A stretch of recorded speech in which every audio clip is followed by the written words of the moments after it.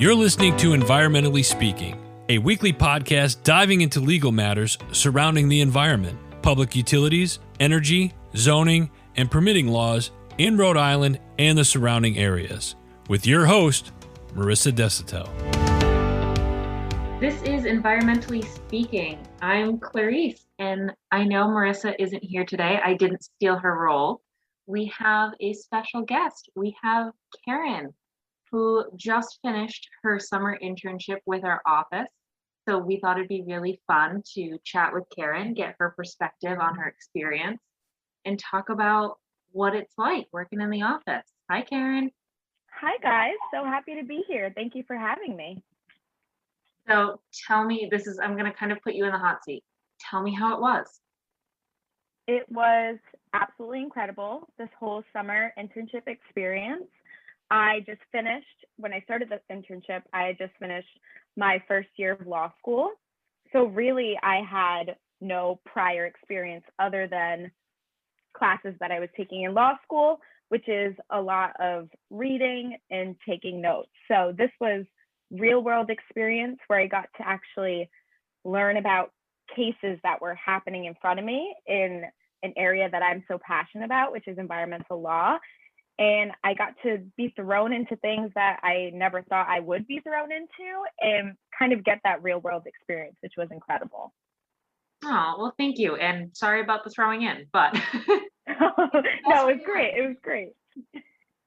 So what were some things that you love? Like, what were some things that you were surprised to learn about from working in the office?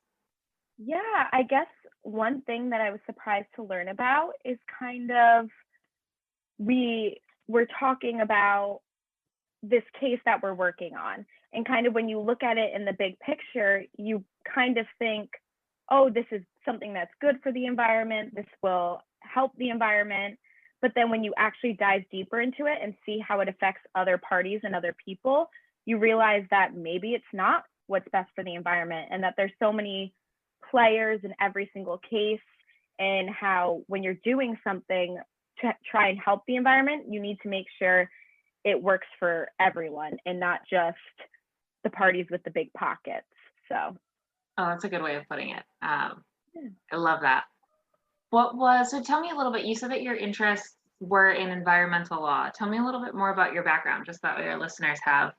Yeah, of course. So I got my undergrad from the University of Miami, and I double majored in marine affairs and ecosystem science and policy. And I am currently going to law school at Roger Williams University School of Law. And I basically chose that law school because I do want to do the joint degree program they have with the University of Rhode Island. So I would also get my master's in marine affairs. So I'm all about the environment. I want to be a lawyer so that I can help protect the environment and fight for the environment. And kind of when I met Marissa, she is someone who I want to be like one day, because she is that voice for the environment. And when I met her, I was like, I hope I get this opportunity to kind of see how she works and what her firm does. And it's exactly what I wanted it to be. And that's exactly what this firm does, is kind of fight for the environment and fight for the people who care about the environment, which is so incredible. For the record, this is not why we hired Karen, but all of this really helped.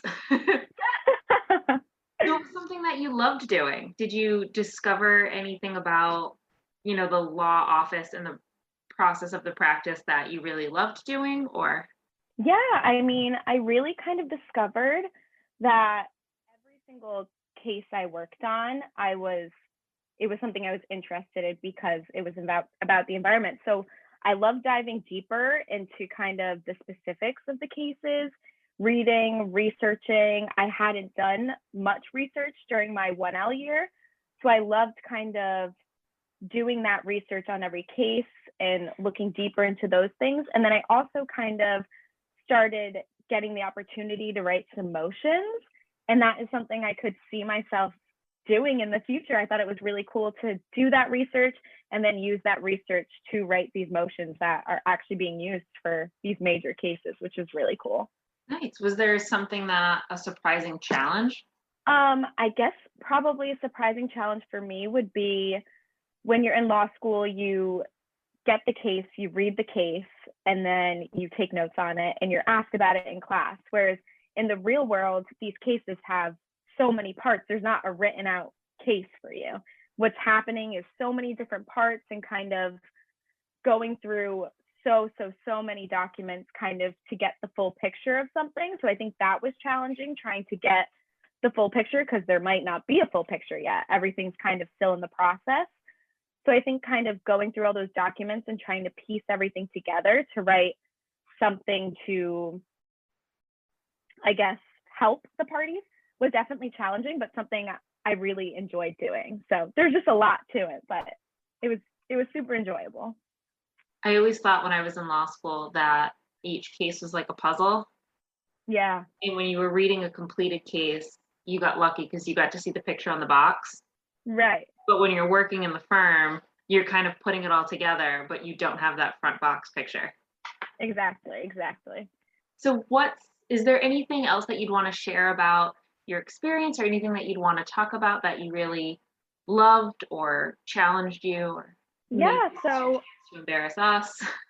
Yeah, so I guess kind of my experience this summer was so great because in my law school classes, you have to take kind of the basic crim law class, constitutional law class, and everything like that. And I kind of felt a little stuck, maybe I would say, because I like law school, but it's nothing I'm super passionate about.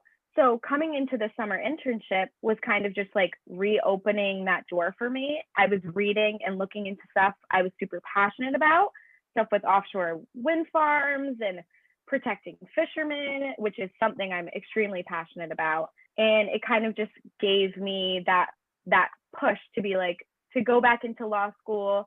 This is something you really want to do. And this would be a job. The internship I had would want to be a job I would want one day.